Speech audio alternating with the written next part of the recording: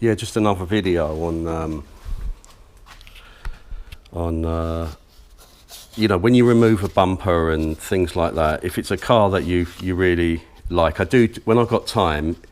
Actually, it doesn't take very long. If I've got a customer's car in and I remove this, it's just one of my things that I suppose it's one of my pet hates.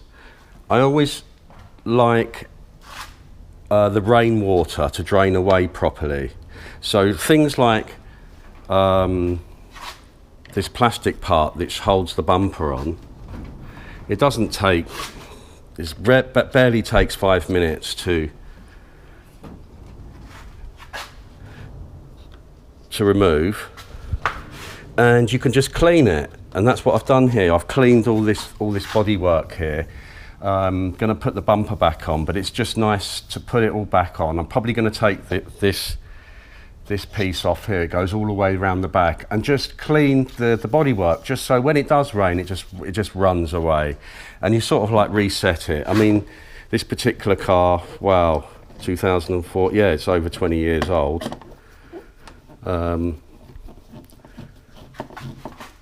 And it's just really easy, you know, typical VHE screws. Torx, what is it? Torx 25. Really easy to remove and put back on.